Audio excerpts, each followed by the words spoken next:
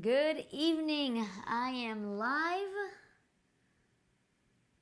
on, here we go, all the social media platforms.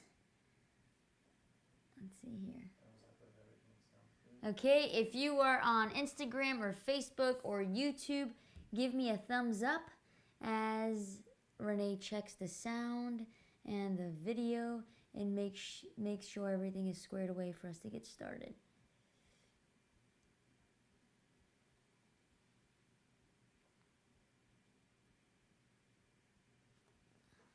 Okay. Veronica, welcome. Val, welcome. Very good. So, this is the time where you grab your papers, grab your pencils, and share with someone who needs to know about character today. If you saw this morning's story, the idea of tonight's live is that character determines destiny. And if that's the case, well, we want to answer 3 questions. What is character? Why does it matter? And if it does matter, how do I then develop my character that I would arrive at the destiny that I want to live out? So for those who are coming in, welcome. Again, we're going to give the slagglers a couple of minutes to come in, and then we are going to get started. And as always, everything is saved right here on our social media platforms, so you can always watch it, rewatch it. I know I tend to talk a little fast, so if you need to watch it again, that's fine. But we're going to get started, okay? I want to make sure that we have enough time to cover everything I want to cover tonight. And as always, I hope that we are not only hearers, but doers of what we are going to be talking about tonight. So here it is. Character determines destiny, and the 3 questions we're going to answer. And so I'm going to define character right now, then I'm going to give you a story of the Bible to demonstrate why character matters, and then towards the end of our lives, I'm going to show you exactly how these characters of the Bible develop their characters and how you then can develop your character to make sure that you are accomplishing your vision. One of the things that I said earlier today is maybe you don't know what you're going to be doing for the rest of your life, right? Maybe you don't know what your profession is going to be, but right now, the idea is if you focus on your character and developing your character, then it doesn't matter what you will do. Even if you say, I have no idea what I'm going to do right now. I don't know what my profession is going to be. I don't know who I'm going to marry. I don't know how many kids I'm going to have. That doesn't matter. As you develop your character and as you are walking in your character, then there are going to be circumstances where, because your character is developed, you will be able to figure all those things out. So you're going to see it in the life of our boys. Welcome, Bizou, Lindsay, everyone is coming in. Very good. Okay, so here we go. What character is not? And praise be to God that character is not any of these things. Character is not IQ. Reputation is not character. Social class is not character. And genes are not character. If genes are not character, I can say that DNA is not character. And so, genes, hereditary tendencies, cultivated tendencies, meaning your environment, all of these things are not character, which praise be to God, because it means that you have a choice in developing your character, okay? So character is not. So what is character? If character is not any of these things, it's not IQ, it's not reputation, it's not social class, it's not genes, it's not DNA, what then is character? And if you have questions, by all means, send your questions so that there is clarity in tonight's live, okay? Because this is paramount. This is so incredibly important. And this is what my passion is. This is what I want to do for the rest of my life. Why? Because I have understood that character has led me to my current destiny. It's going to continuously lead me to new destinies. And character is going to take you to your destiny. Maybe you don't know what that is right now. That's okay. Okay, so now look, what then is character? Character is the quality of your heart, don't miss this, the quality of your heart revealing itself in actions. Look, character is the quality of your heart, something that is internal, revealing itself in action, something that's external, okay? So now, if character is your heart, then what am I talking about? Am I talking about the organ? No. When I use the word heart, I want you to look at it as the way the Bible defines the word heart. Heart is not the organ, right? When God says, my son, give me your heart, he's not saying, open up your chest and hand over your organ. No. Heart in the Hebrew, the word there is leb, but you don't need to know that. All you need to know is when I use the word heart, I'm talking about your will, your mind, your conscience, your emotions, your understanding, kind of everything that makes you you. Your moral character, your choices, your memory, your reflection. This is your heart. Hebrew, Old Testament. Now, even in the New Testament, in the Greek, the way that the author of the Bible, God himself, wants us to understand heart, it's the emotions we experience, the thoughts we have, our longings, our desires, our feelings. This is our heart. And so when I tell you that, when I say, what is your character? And I say, it's the quality of your heart as it's revealing itself, showing itself in your actions, in your conduct, in your choices, in your decisions. That's why character determines destiny, because my heart is making decisions in my life, aka my character is making decisions in my life that's going to take me to the place that I want to go, or upon arrival, I'm going to see, man, I didn't want to get to this place at all. Okay, so are we tracking? Your heart is the driving force behind your character, your decisions, your words, and your actions. And this is why your character determines your destiny. The Bible, there's an interesting verse there in Proverbs 4:23 that says this: above all, meaning more important than anything else, above all, the thing that you need to pay most attention to. Look at what the Bible does not say. The thing you need to pay most attention to is your IQ. The thing you need to pay most attention to is your reputation, or maybe your social class, or your genes, or your DNA, or your hereditary tendencies, or your cultivate. No, the Bible doesn't say any of that. The Bible says, above all, the thing that you most need to pay attention to is your heart. Why? Because everything else flows from your heart. In other words, what the Bible is saying is you need to guard, pay attention, and protect your heart, because your heart is making the big decisions in your life.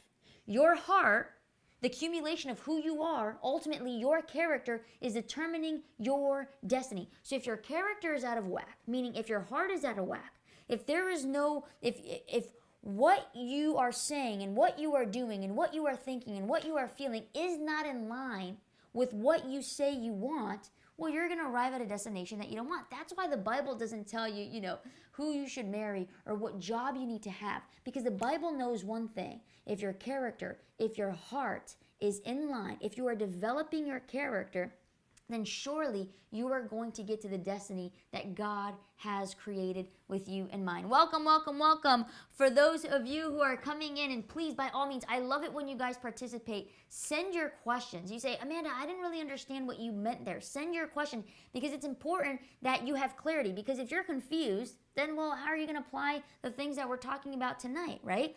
And so if you're just joining us now, we're trying to answer 3 questions. What is character? Why does it matter? Amanda, why is my character such a big deal?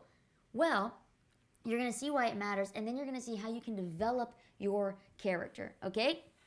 So again, what is character? It's the quality of your heart revealing itself into actions. Now look how interesting this is. God has given you a heart. Okay, remember, we're talking about not the organ, okay, but what makes you you, your understanding, your emotions, your values, the thing that is making the decisions. Now, God has given you your heart, and we're going to talk about heart right now in 2 ways. Your mental powers and your moral powers. God has given you a brain that can reason, that can understand, that can weigh out evidence, okay? He has given you mental powers. He has given you a brain. But God also has given you moral powers. This is what makes you and I different from animals, right? Because God has made you and I in His image, so we have morality. We know what is the right thing to do versus the wrong thing to do. Now, whether or not we do the right thing is a whole different story. That has to do with willpower. But in the end of the day, you and I know what the right thing to do is, even though sometimes, if not most of the times, we do the wrong thing. Okay? So now look. While God gives us our heart, meaning our moral and our mental powers, He cautions us to guard this heart, to protect this heart, to tend and to cultivate it. God's idea here is that He wants us to cooperate. He does His part, and then we do our part. Character development is your responsibility. You choose who you want to become. God gives you the tools. He gives you the resources, right? The mental and moral powers. But then it is your responsibility to cultivate and to tend to the gifts that God has given you. Now look, I want you to think of your heart as sort of this garden that God has given you, this piece of land that God has given you with all of these different potential. You can dream big dreams with what you are going to do with your garden, what you are going to do with your land. If your heart is the garden that God has given you, your character is the fruits that you choose to plant in it. Does that make sense? I'm trying to be as clear as I can so that you guys understand, right? So look, if your heart, meaning your mental and moral powers that God has given you, if your heart is the garden, the piece of land that God has given you, think Garden of Eden, all that place that God has created for you, that present that He has given you. If your heart is that, then your character is what you choose to plant into your garden. So whether you want to put banana trees or apple trees or grapefruit or one of the fruits that are growing on the property right now, what is it, Renee? Mulberries, right? This morning, Reverend Reed ate 2 little mulberries. Whatever you want to plant in your garden, that is your responsibility. God has given you the tools and the resources, the abilities, the talents to do so. That's why it's a teamwork here. God is not going to do for you that which you are able and capable of doing for yourself. Now, you have all of these precious seeds in your hand.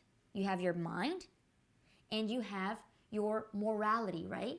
But the seeds are not the tree, right? The seeds are not the tree. The seeds must be planted into the ground in order for them to become trees. And so God has given you the seed. He has given you the space, the garden, the land, and now He wants your cooperation that you might begin to develop your character. The mind is the garden, the heart is the garden, the character is its fruit. Remember, welcome for those who are joining.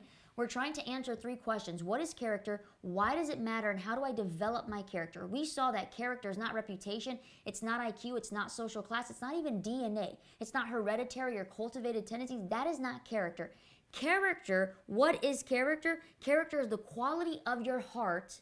What is on the inside being revealed, being shown, what you show to the world in actions. That is character. Things like integrity, firmness, steadfast, things like honesty. These are things that are part and make up your character. What is inside, the quality of your heart as is being revealed through actions. Okay? So now here we go. I'm going to end with one quote that I really like from Ellen White, and then we're going to go into the next part here of our 3 sort of part live tonight, which is why does it matter? But before we get there, I want to read this to you. God has given us our faculties being, right, our mind, our morality, faculties of our mind, to cultivate and to develop. See, He gave it to you as a gift, but it is your responsibility to now tend to it, cultivate it, develop. That's why it's called character development. You have a part to play. He says, our own course determines our character. God isn't determining your character. You are determining your character. So I can say, the person that I am today is not someone I had to be, but someone that I chose to be. You tracking? Now look, in training these powers so that they shall harmonize and form a valuable character, we have a work which no one but ourselves can do. Your character is your responsibility, not your mom's, not your dad's. We can't blame society. We can't blame our environment. Ultimately, it is your choice. And praise God. Praise God that we do not have to be a victim of social class. Praise God that we don't have to be a victim of, your financial situation growing up. Praise God that that is not the thing, but that you can choose to develop your character. Now, okay, why does it matter? If character determines destiny, and now I defined what character is not and what character is, why does it matter? Well, it matters because of 3 things. As you cultivate a good character, a character of integrity, you create in yourself an irresistible power to do 3 things: to do good, to resist evil, and to bear adversities. A good character does not wait around for circumstance and situations to depend how it's going to act. Here's the idea.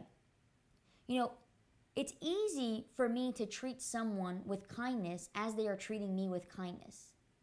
Right? Of course. If someone looks at you and smiles and says good morning, it's so easy to look at that person again to smile and say good morning. Now, if someone is nasty and looks at you and flicks you off or curses you out, well, it's going to be easier to return, right, what they gave you. However, a good character does the opposite. A good character isn't a victim to what people do or do not do. You get to choose. That is the point of character. So even if someone is nasty to me, mean to me, curses at me, whatever, I get to choose how I will respond.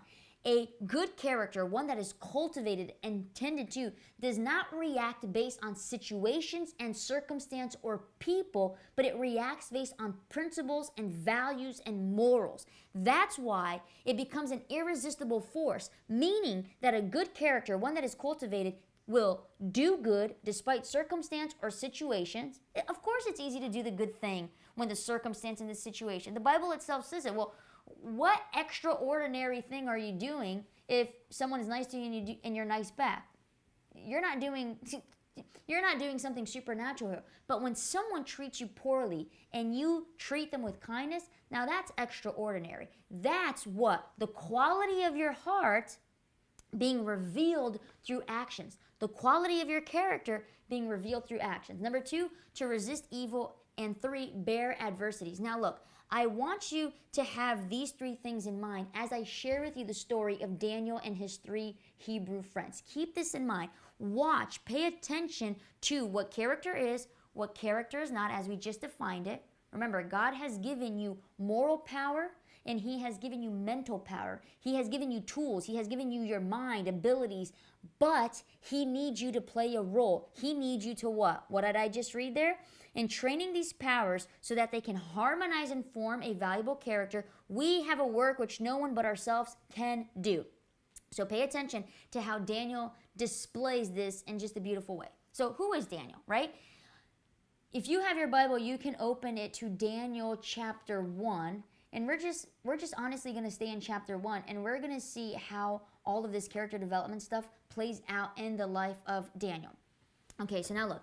Daniel and his 3 friends, and there are many others with them, but the Bible specifically talks about these 3. But Daniel and his 3 friends, they were carried as captives, as exiles to Babylon, okay? And they had no idea. Here's the thing. They had no idea what their destiny would be. But remember, character determines destiny.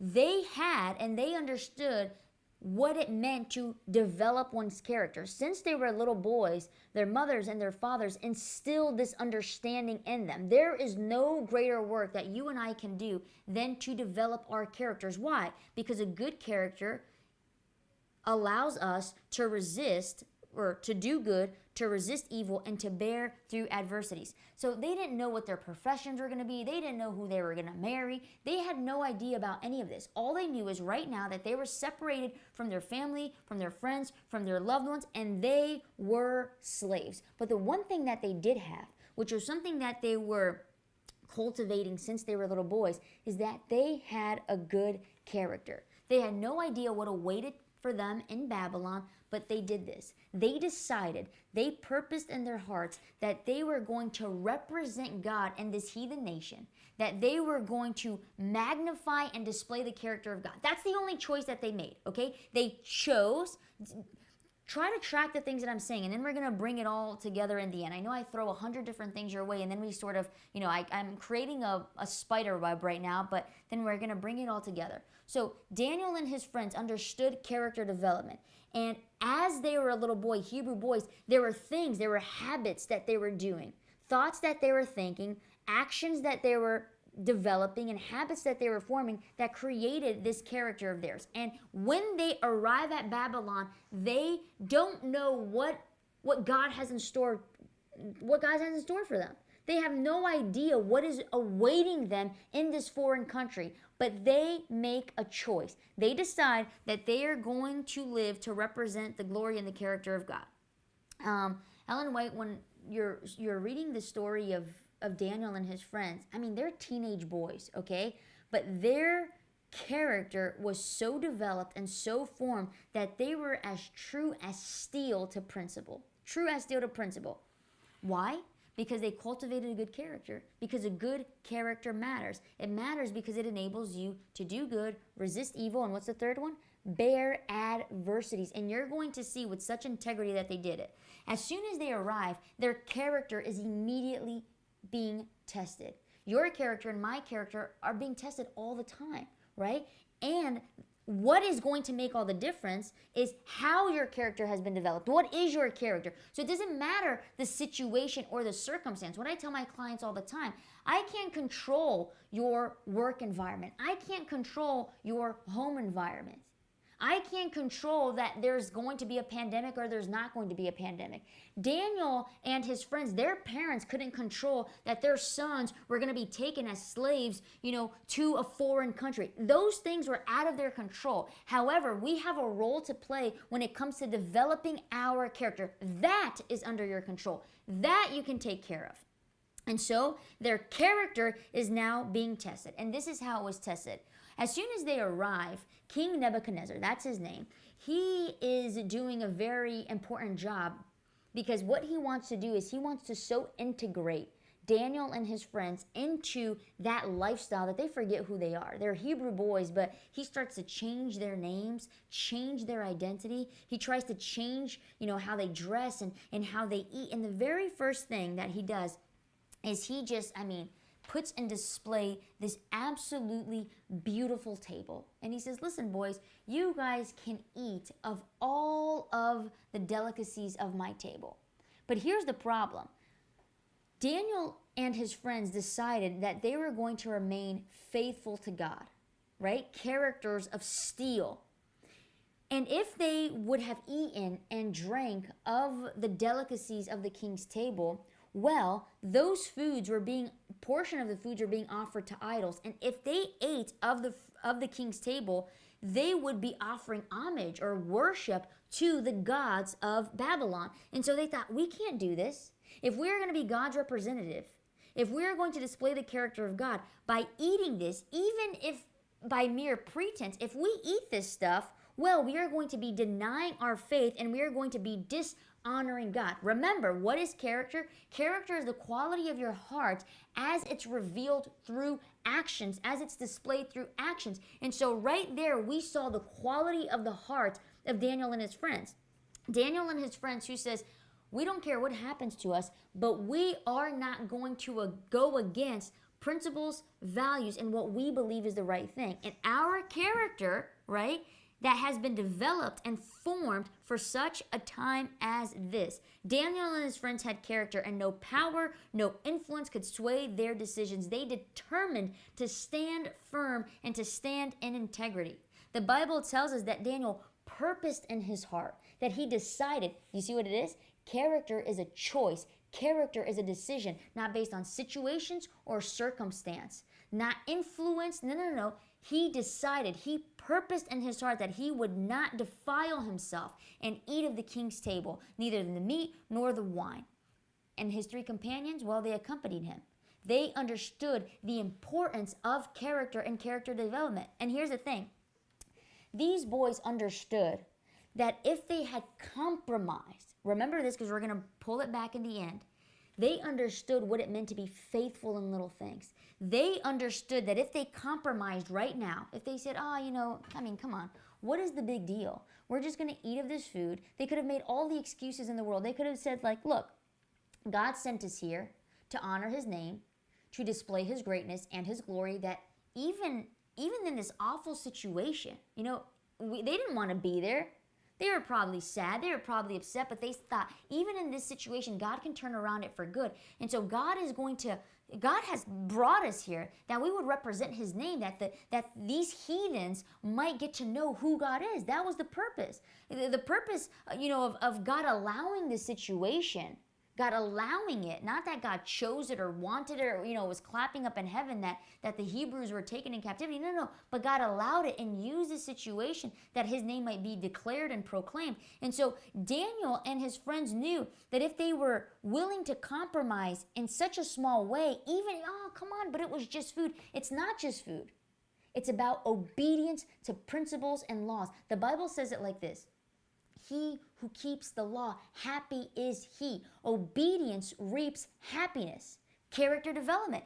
Daniel and his friends understood that if they compromised in a small area, that this would affect and this would be detrimental to their characters. And they understood that if they yielded to the pressures of this circumstance, Well, that it would be so much easier than to depart from principle later on. That they would weaken their senses. That they would start living in the grays. That they would start questioning, well, really, what is right or what is wrong? Have you noticed in your life that usually the first step in the wrong direction makes it easier for you to make more wrong choices? Of course. There's a story in the Bible, and we've talked about it before, of Jacob and Esau. These were twin brothers.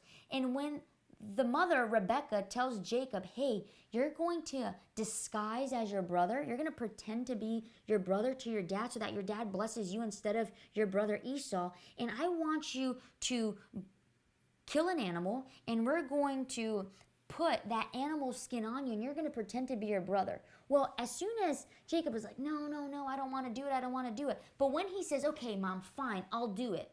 When he said, okay, fine, I'll do it, and places, all of that dead animal skin on him because his brother was very hairy and he wasn't hairy at all, he gets bolder and bolder in his decision. You don't start drinking on Monday and become an alcoholic on Tuesday. That's the problem with one wrong turn, with one wrong misstep. It's because it becomes much harder to backtrack, and Daniel and his friends understood this. This is why they were unwilling to compromise with principle. It wasn't about the food. It was about obedience. It was about that if they ate that food, they would dishonor God and they would go against principle. Now look, when they decided that they were going to remain true to God, they knew that they might suffer consequence. And so I'm going to read it here from the Bible so that we get a full understanding. We will pick it up in verse 8, okay? Here it goes. But Daniel purposed in his heart that he would not defile himself with the portion of the king's delicacy, nor with the wine which he drank. Therefore he requested of the chief of the eunuchs that he might not defile himself. And so he goes to the man that's essentially responsible for taking care.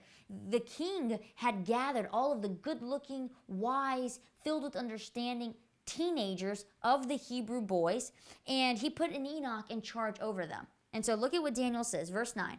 Now God had brought Daniel into the favor, into the goodwill of the chief of eunuchs. And the chief of eunuchs said to Daniel, I fear my lord the king, who has appointed your food and drink. For why should he see your faces looking worse than the young men who are of your age? Then you would endanger my head before the king. He's like, listen, you guys need to eat this food, because if you don't eat, and the king starts to look at all of the other young men and say, well, what is going on with Daniel, Shadrach, Meshach, and Abednego? It's going to be my head on the platter. And so Daniel says this. So Daniel said to the steward, right? He goes, look at verse 12. Please test your servants for 10 days and let them give us vegetables to eat and water to drink. And so Daniel says, listen, I know you're worried here, but can you just test us? Can you just give us 10 days to show you and to demonstrate to you what happens when you honor principle, right? What happens when you cultivate and tend to and create a character after principles and laws? Let me show you why character matters, right? And so, reluctantly, but he says, okay, fine, I'm going to give you 10 days. And what happens after these 10 days? Well, something incredible happens. Look at this. We'll go all the way down to verse 20. And in all the matters of wisdom and understanding about which the king examined them, he found them 10 times better than all the magicians and astrologers who were in his realm. After those 10 days, Daniel and his friends were smarter, wiser, had more understanding, were quicker, they looked better, they felt better. Why? Because they were obedient to principle. Now look, I wrote a couple things here before we get into how do I develop my character. The Bible is very clear that among those boys who were chosen to be leaders in Babylon, Daniel and his friend, there was no comparison, okay? There is no comparison. Now look, well, what is the difference between Daniel, his friends, and all the rest of the boys? Look at what I wrote here. Daniel and his companions were far more successful than their fellow students, but their learning did not come without chance, meaning character development is not something that happens by chance. It's not good luck.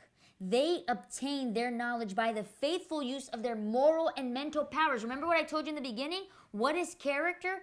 Character is the quality of your heart as is revealed through actions, as is displayed, as it is shown to the world through actions. Well, what is your heart? The heart is what makes you you. Now, God has given you a heart that has moral power and mental power. And that's exactly what he gave to Daniel and his friends. And and all of us, everyone. Now, look at this.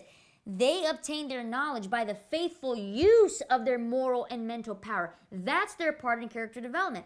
God gave them the land, right? God gave them the garden, but character is the fruit that they chose to plant. And they chose to plant integrity, firmness of character. They chose obedience over disobedience. They chose to honor God over themselves. They chose to put their life on the line. They chose perseverance and firmness of character. And what happens?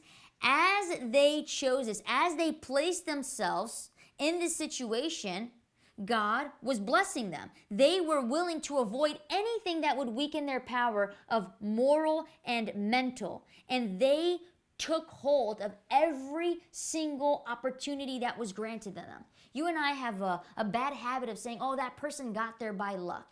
You have no idea. You have no idea. You see, it's interesting to see people in the pulpits or see people on the stage, and we have no idea what they did to get there. You don't know what time they woke up. You don't know how many books they read. You don't know what they had to sacrifice in order to get to where they got. They followed the rules of life that could not fail to give them strength of intellect. Now, here's another quote that I love, and it says this, and don't miss it. You who think things just happen by chance and oh, luck. No. You have a role to play in the development of your character. I love this quote from Ellen White. She says this, true success in any line of work, meaning profession, the quality of your relationships, whatever, true success in any line of work is not the result of chance or accident or destiny. That's not how that works. It is the outworking of God's providences. What is the outworking of God's providence? He has given you a heart, moral power, mental power. It is the outworking of these things. Look, the reward of faith and discretion, of virtue and perseverance. That's what Daniel and his friends did. We see why character matters. Why? Because look at the results that they had. Fine mental qualities and a high moral tone are not the result of accident. God gives opportunities. Success depends upon the use made of them. God has given you talents. He has given you abilities. He has given you opportunities. Now, if you are not living what you want to be living out, it has nothing to do with God. It's not that he somehow favors, someone else over you. No. Are you making good use of the moral and mental powers that God has given you? Because true success in any line of work is not the result of chance or accident or destiny. However, it is the result of what? Developing your character, of planting fruits of your character in the garden that God has already given you. Now, while God was working in Daniel and his companions, while God was helping them, enabling them, they were doing their part. No true success can be attained if you do not do your part. Human efforts without the help of God avails nothing. But God's effort without your participation also avails nothing. You need to do your part in the development of your character because the Bible is clear. As Daniel was obedient to principles and values, as Daniel made good use of the moral and mental powers that God gave him, as he was concerned with the quality of his heart, it was revealed through the actions and the results of his life. So now look at this, and I love this, don't miss it. How did Daniel become fitted for the position of high trust and high honor? Why was Daniel and his friends chosen above all else? They weren't the only Hebrew boys that were taken as slaves. There were many, many more. What was the difference between Daniel? Well, it was his faithfulness in little things. And we're going to see that in developing your character, you need to be faithful in little things. This is the idea of habits. When they honored God in small ways, God honored them in big ways. You and I, we kind of wait around and we think, well, I don't love what I'm doing. I'm not getting paid enough. My work isn't good enough. If you are not faithful, if you do not do well the little things of your life, God is never going to put you in a position of big responsibility and big things. If we are not faithful in little things, how could we believe to be faithful in big things? The other day I gave a client this example, and the difference is this. So I said, well, if one of your children, if they stole $5 from you, would you give them $500? The client said, well, of course not. If my child stole $5 from me, I would never give him $500. Well, why? It was just $5. The problem isn't the amount. It's not that it was just $5. It's the principle. If they can't be trusted with 5, how could they be trusted with 500? And Daniel and his friends understood that. Daniel and his friends were faithful in small ways. They said, no, king, we are not going to eat of the food of your table. Why? Because by doing so, we are going to be compromising. And if we compromise in something so small, it's going to open the floodgates for us to compromise in bigger things. And it was because Daniel and his friends, because of their firmness of character, because they understood to take care of the quality of their hearts, because it was going to be revealed in action, small, medium, and large. Because they understood this, when a bigger test was given, and a bigger test was given, remember the test where King Nebuchadnezzar tells them to bow down to the golden statue? I can assure you that if Daniel and his friends did not overcome this small thing, if they were not faithful in this small way, if they were not obedient to this principle, that when the king told them to bow down to the golden statue, that they would have compromised. You know why? Because that test, that challenge could have cost them their lives. Because when they did not compromise, they were sent into the fiery furnace, right? Remember, they were sent into the fiery furnace. And so that's why small things matter, small tests matter, small faithfulness matters, because it prepares us for bigger tests. Again, a noble character, a good character is not the result of accident. It is not due to luck. It is the result of self-discipline. The result of self-discipline. Now look, we're getting to the part here. Welcome, welcome. Those who are coming in, we are discussing this idea that character determines destiny. We defined what character is versus what it is not. We saw and we are seeing in the life of Daniel and his companions why character matters. And then towards the end here, we are going to figure out how we can develop our character so that no matter what situation and what circumstance life throws at us, doesn't matter if there's a pandemic or there isn't a pandemic, doesn't matter if there's death in the family, if there's a move, doesn't matter if I get the job I want or it doesn't matter. In the end of the day, your character determines nothing else. It's not your genes, it's not your DNA, it's not how much money you make or don't make. Your character is going to determine your destiny. And so look at what happens. When Daniel and his friends, as they were developing this noble character, it says that they did everything that they could to cultivate, to tend to their garden. And I'm going to read this little quote to you. Hold on, I'm going to find it. Oh, there it is. As Daniel was faithful in the small things, the more and more he grew in this kingdom. It was a powerful kingdom at that time, and the more and more Daniel grew. Remember, he didn't know what God wanted him to do in his life. He didn't know what would be his job, who he was going to marry, how many kids he was going to. He had no idea. However, because he remained faithful in little things, his would be a high destiny. Character determines destiny. He did not know what his destiny was, but he knew that all he had to do was pay attention to his character. Daniel ended up being the prime minister of Babylon. Look at the high position that was his. Why?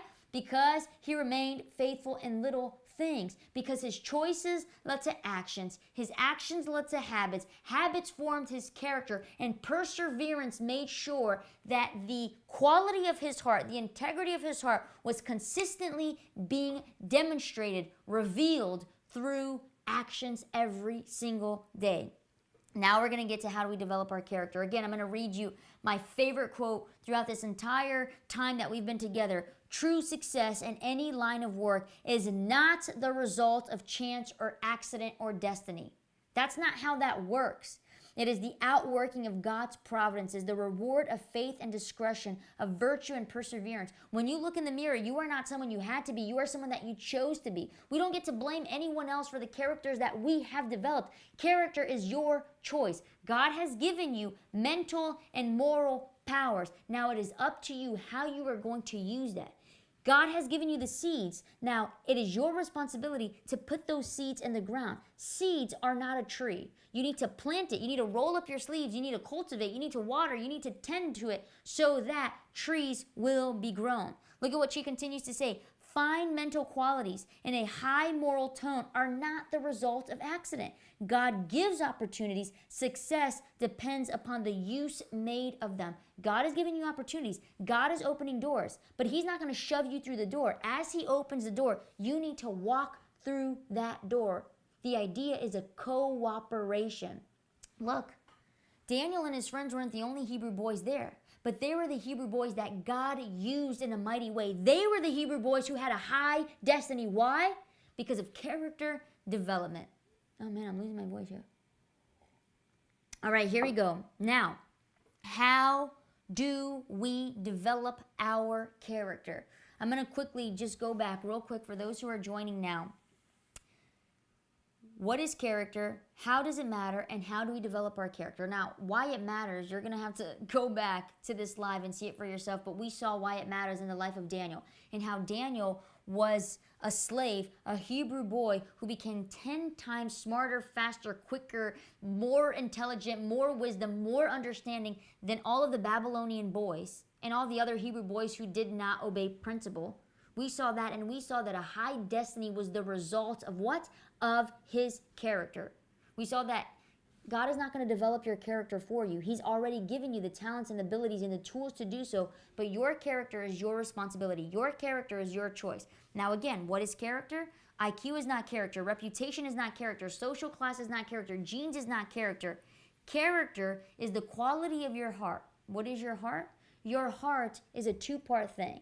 God has given you a heart that has moral power and mental power. When I talk heart, I'm not talking about the organ, okay? But the heart is a thing that makes you you, your talents, your abilities, your thoughts, your emotions. God has given you all these things. Now, character is the quality of your heart as it's revealing itself in actions. Okay, awesome, Amanda. So if my heart is a driving force behind my character, my decisions, my words, and my actions, if my heart is the garden that God has given me, my mental and moral capabilities, well, character is the fruit that comes out of that garden. So how do I develop my character? If character is going to determine my destiny, how do I develop my character? And this is the last part. So if you're joining us now, you're coming into sort of the last portion of this live, which is how do I develop my character? I understood what character is. I understood why it's so incredibly important. And I understood that it takes me to my destiny, the high destiny that God has for me. So how do I develop my character? Well, you're going to want to write this down. I wish I had a whiteboard. Renee has been promising me a whiteboard for the longest time, and he still hasn't gotten it to me. Maybe I'll ask Santa Claus. We'll see if Santa Claus... Oh, use my iPad. Well, maybe Santa Claus will drag a whiteboard through the chimney here and bring it to me. But until then, write this down, okay?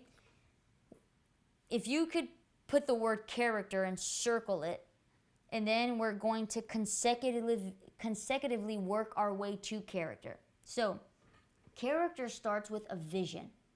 What is the vision of your life? I'm gonna go through all the words and then we're gonna break it down, okay? So, vision leads to choices. Choices lead to actions. Actions lead to habits. And habits form your character. And throughout this entire process, perseverance needs to be seen every single step of the way. Why does perseverance need to be seen? Because character development is the work of a lifetime. You need to work on your character 24 hours a day, every single day. You work on your character. It's being consistently developed by the choices and the actions and the habits that you form every single day. Character is the work of a lifetime, okay? So perseverance is part of this entire process. So let's go with step one, vision. Now, I said this proverb so many different times that you should have it memorized by now if you were with us in the last live, which is this: a people with no vision perish, but he who keeps the law, happy is he. What is your vision for your life? The better question you can be asking is, who do I want to become? Daniel and his friends, they did not know what their destiny would be, but they had a vision. Not only their vision, but they had God's vision for their lives. They understood that God was going to use them as representatives in that heathen place, that his character would be displayed through their lives, right? So they had this vision. They didn't have all the details. They didn't have all the answers. No, they didn't have any of that. But they had a vision. And their vision was this: to live to honor God through keeping his commandments. That's what their vision was. We are willing to honor God with our lives by keeping and being obedient to his commandments. And that vision gave way to their choices. So, do you know what the vision of your life is? Or better yet, do you know what God's vision for your life is? Jeremiah says, "For I know the plans that I have for you, declares the Lord, plans to prosper you, to give you a hope and a future." What does this future look like? Do you know who you are trying to become? God has a vision for your life, and you better start figuring out what that vision is. Why? Because vision is going to be sort of your stepping stone to developing your character. Now, I'm going to give you a little example because I think you're going to understand it pretty well if I tell you this, and how vision, what I want to become and who I want to become, affects me in small, medium, and large ways. So this might be a little TMI, right? Too much information, but here we go. So have you ever heard people say, I literally had a client say this morning, "I am not a morning person. I am not a morning person." Well, when growing up, I played competitive soccer. And if you ask me if I'm a morning person, I am a morning person. You know, one of the things that we do here in our nonprofit, we do like these 6 a.m. morning prayers, like these 40-day prayer challenge of 6 a.m. prayers. And you can ask anyone who's ever participated that as soon as I come on Zoom, I'm like, "Good morning," and everyone's like, "Oh gosh, Amanda's so obnoxious," right? I am a morning person. But then I was thinking to myself, am I a morning person, or did that identity, the vision of who I wanted to become, made me into a morning person? Let me explain. Growing up, and especially college soccer, no one asked me if I was a morning person. I just knew that I had 6 a.m. soccer practice. Does that make sense? So who I wanted to become, the vision that I had for my life, which was to be a soccer player, that identity that I took on, I didn't get the opportunity. I didn't have the privilege. I didn't have the luxury to ask myself. My coach never said, "Hey, 6 a.m. soccer practice is only for the morning people." No. I became a morning person because of the identity that I took on, which is I want to be the best soccer player I can be. Now look, then there's people, "Well, I'm not a morning person. I'm not a nighttime person." So if you had to ask me, "Are you a morning person?" I'd be like, "I'm a morning person. Oh, I'm not a nighttime person." Now here's the thing. When the sun sets, Amanda sets. Like, when the birds go to sleep, I go to sleep. I like to sleep early because, again, right, I'm a morning person. But then yesterday, as I was preparing for this live, it was like almost 10:30, and I was writing, and I was excited. I kid you not, I have never studied past 9 p.m. during school. I wasn't the best student, okay? I never in my life studied like past 9 o'clock. I never did an all-nighter studying for a test. Ever in my life. Why? Honestly, because I wasn't excited about it. I didn't care about the work that I was doing. You know, I didn't care about my college classes as whatever that was teaching me algebra and chemistry. That's not my passion, my vision for my life. And so I wasn't willing to stay up and be a night person to study for those tests that, in my opinion, were pointless. Now, here's the thing. Yesterday, because I'm excited and passionate about character development, something was brought out from inside of me. I wasn't saying like, "Amanda, you need to do..." No. It automatically came because of the vision and the person that I'm choosing to become. Does that make sense? So I'll give you another example, and it's going to be even more clear to you. Renee, between him and I, Renee is, in comparison to me, okay? Renee's always in a good mood. He's a saint. But in the mornings, I am more, awake, more excited, more ready to go. He takes a little while to get himself situated in the morning. No. there's something that Renee likes, and maybe your husband likes it too, and it's a 3-letter word. It's sex, okay? And so Renee becomes a morning person real quick if sex is part of the picture. Does that make sense? So it's not about being a morning person or a nighttime person. It's about what you're waking up for in the morning and what you're losing sleep for at night. When people say, oh, I'm not a morning person, I'm not a nighttime person, many people think they lack motivation when really they lack clarity of what is your vision. What do you want to become? Who do you want to become? It's an identity level. And so again, don't say I'm a morning person, I'm a night. No. It has nothing to do if you're a morning person or a nighttime person. The reality is that you don't lack motivation. You lack clarity and focus in figuring out what is the vision for your life. And better yet, the better question is, what is God's vision for my life? Because when you know, you're going to be so excited, you're going to be so motivated, so disciplined, so focused that it doesn't matter if it's morning or evening, you are going to be working on your vision, on your dream, on your goals. Does that make sense? Here's the next one. Oh man, I have 10 minutes left. Here we go. The next one is this: choices. Your vision will lead to choices. Here's another quote. A noble, all-round character is not inherited. You are not going to inherit character. You can inherit inheritance, money, possessions, things. You will not inherit character. It does not come to us by accident. A noble character is earned by individual effort through the merits and grace of Christ. God gives the talents, remember, the mental and moral, the powers of the mind. We form the character. It is formed by what? This is how your character is formed. It is formed through your choices, your decisions. Look, it is formed by hard, stern battles with self. It's saying yes to principle and no to feelings. That's how character is formed, and you get to choose that. Conflict after conflict must be waged against hereditary tendencies. You have hereditary tendencies. You have cultivated tendencies. Guess what? So do I. And we have to wage war. We have to go to battle with these things.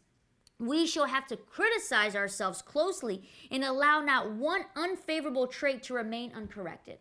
It's hard, but guess what? That is the choice that you and I make every single day. The Bible tells us that Daniel, he was an exile, but he chose character over comfort. Quick example, and I have like 5% on my iPad. Quick example, with the power of choices. There are good choices and then there are best choices. This week, when I was driving down south, something that I like to do in the car is I like to listen to podcasts, right? I want to get the most out of my time when I'm away from River and Reed, honestly. I can never listen to a podcast, obviously, when I'm with them. And so I had a series of podcasts that I wanted to listen to in preparation for this live. So this took place on Monday, and I said, these podcasts are going to be really great for me to prepare for Wednesday's live tonight. Now, as I was listening to a podcast, man, a title really caught my attention. I thought, man, I really want to listen to that also. So I started listening to a podcast that was a good podcast. It was really interesting, and it was, it was going to be useful for my life. However, it wasn't the best choice. It was a good choice. It wasn't the best choice. And in that moment, even though that podcast was so interesting and it was so good, I had a vision for the live tonight. And that choice of listening to a good podcast instead of a great podcast, and what made one good and one great? Well, the one that was great was the one that was in line with my vision for the week. Are you understanding what I'm saying? And so choices sometimes, when you have to choose between a bad choice and a good choice, that's easy. But sometimes you have to choose between a good choice and a great choice. And you need to make sure that your choices are in line with the vision that God has for your life and the vision that you have for your life. And that's why Daniel made a choice, an uncomfortable choice, to not eat of the king's table, because if he did eat of the king's table, he was going to go against the vision that God had for his life, which was to be a representative of God in a foreign heathen land. Are you getting what I'm saying here? Now here's the next one, actions. Actions. Every course of action influences the development of your character. Whether it's going to be a virtuous action or a vicious action, a right action or a wrong action. And a wrong action that is repeated over and over and over again leaves permanent impressions in your mind. This is why Daniel did not eat at the table, because he knew that every action would lead to a reaction. Every act of life, however unimportant, has its influence in forming your character. There's no such thing as small decisions. No, all decisions will have its results. Every action you take is a vote for your vision. Now again, your vision is going to be followed up by choices. Your choices need to be aligned with God's vision for you.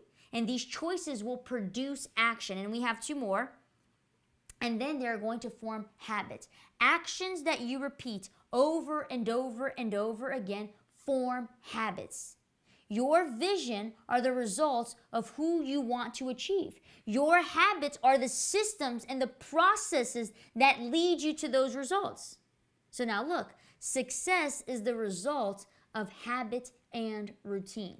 So now, when you are faithful in little things, what are little things? Little things are habits. Good habits bring you closer to your goal, and bad habits take you away from your goal or from your vision.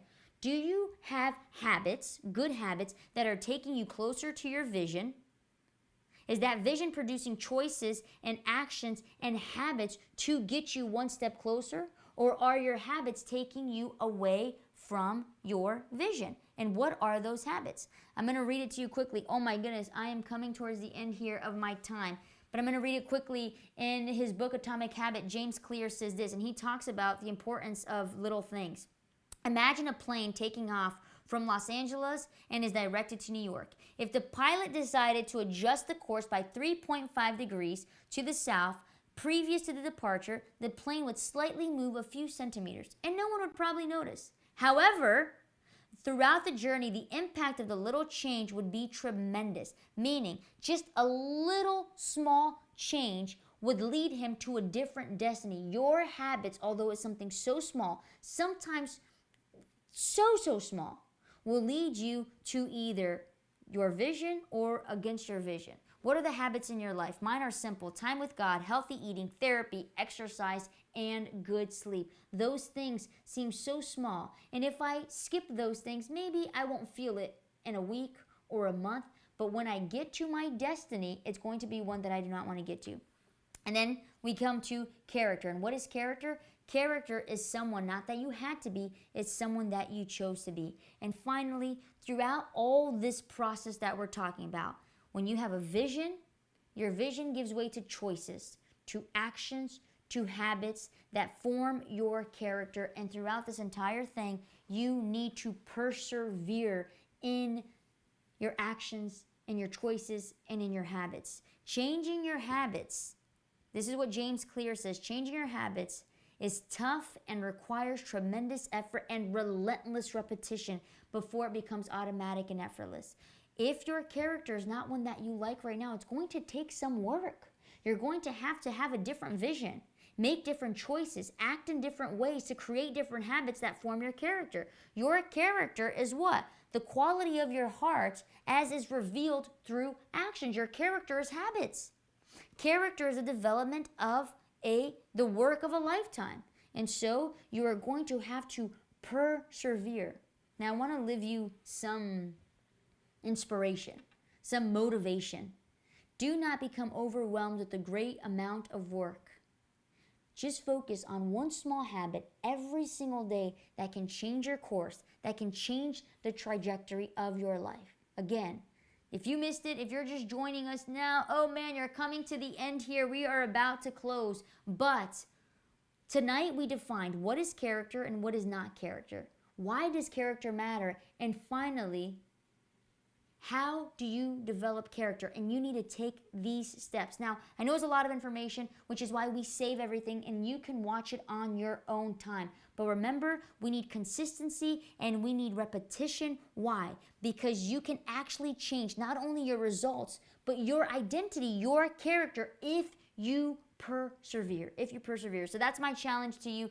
Character determines destiny. You don't even need to know what your destiny is. Work on your character, and your character is going to produce fruits that lead you to your destiny. Anyways, I am just at my time. It is going to end right now.